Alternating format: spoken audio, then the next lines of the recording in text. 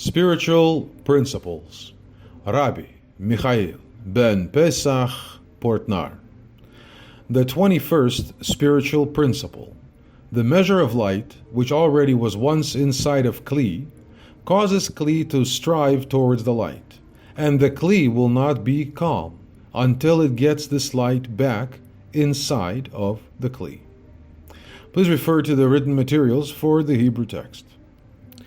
And it is known that in spite of the fact that the light disappeared from them, it nevertheless left in each of them igulim reshemo, from the light that was in it, which is a very significant luminescence from the whole previous light which remains in the Kli.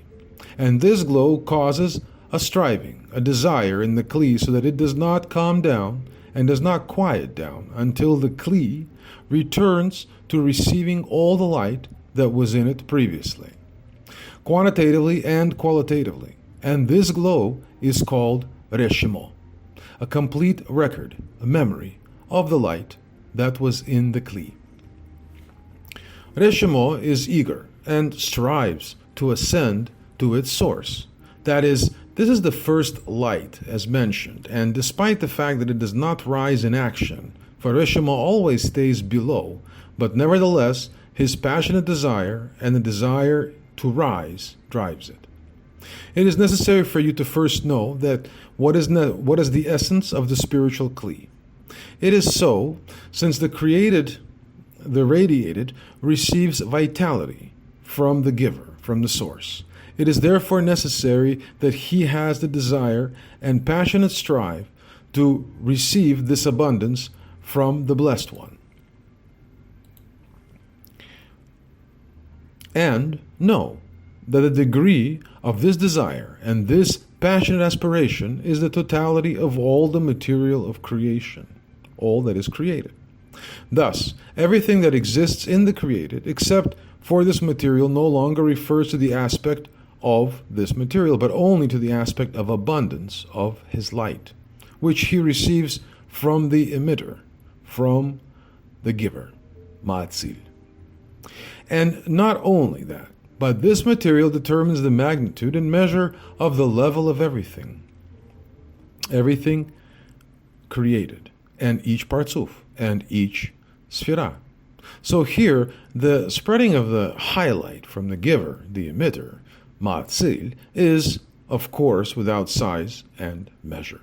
But only the created makes the measure of this abundance for his own strength, ability to receive it, due to the fact that he receives no less and no more than his measure of burning desire and desire to receive.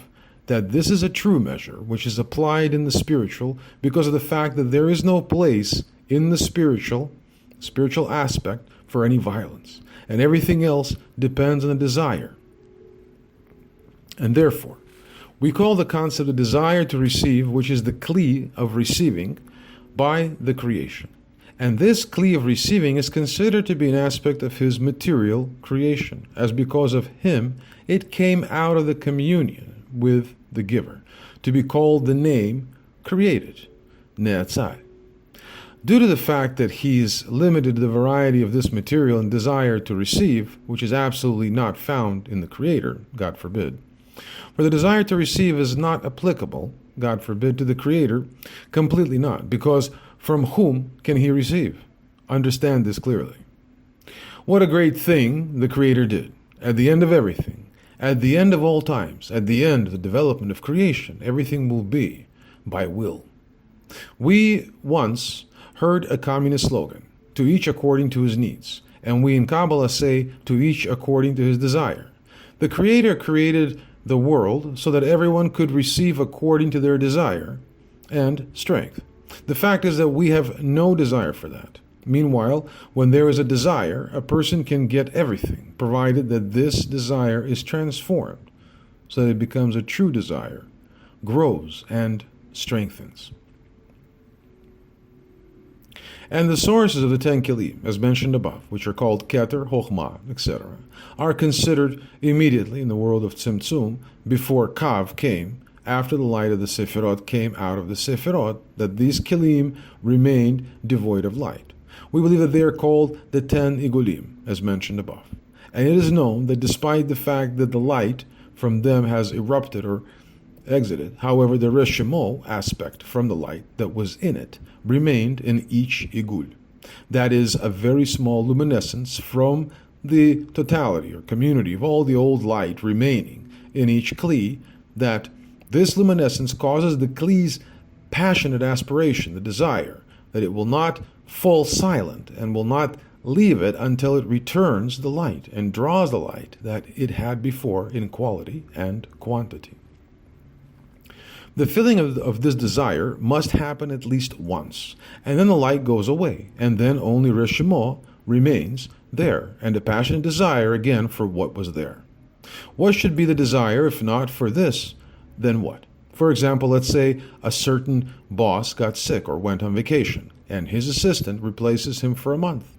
If this chief wants to help ensure that his deputy receives such a desire to want to take his place, then let him do so, because in this month, when the deputy replaces him, he gets more salary, more taste of power. All this he adds into himself, and he receives reshemo of his boss. So now, just a month later, it is already difficult for him to return to his former place. He cannot calm down, and will do everything possible to take the place of his boss. On the other hand, you are making a career. You have to internally imagine that you're already the boss, so that you can feel it inside of yourself.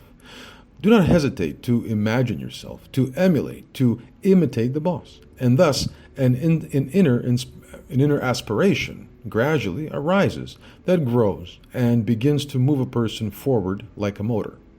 The same applies to the spiritual. This is the highest spiritual logic. A person who studies Kabbalah, the laws of eternity, does not have such a device for perception of the spiritual. From birth it needs to be developed. Man in this world is not a spiritual being.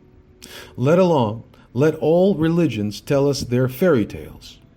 But man must draw the spiritual into our world, as here he is made only from the desire to receive. Without exception, even the greatest saints, they were only the desire to receive. The only thing that distinguishes one from the other is that one wants to draw the spiritual, eternal existence into this world, and the other one does not. And that makes all the difference. There's a drop of spiritual. Of course, if there was absolutely nothing, there would be no possibility of correction. We know that there was a splitting of the kelim in the worlds, and then a splitting of the partsuf of Adam, and in the end, only nefesh de nefesh remained, and the most light, kli, keter de keter, this ner dakik, little glow, was left in a person, so that he can then self-ignite in the desire to connect with his source, with the Creator. Blessed be He. Have a look at everything that you do not understand. You should be happy about it, because you know that at this moment you couldn't thin yourself enough. And it doesn't matter. It's not your fault. It's not your abilities. In the study of the spiritual, no abilities are required. For on the spiritual plane, all people are made equal in the eyes of the Creator. Although it seems to us that one has more abilities and the other one less. One may have more spiritual demand according to the development of his soul. He seeks more than the other. Aspirations are deterministic, not talent. This is a very important point. Not the ability, but the degree of striving for the spiritual determines the degree of speed, the intensity of approaching to eternal existence. And this we learn from this principle. Be well.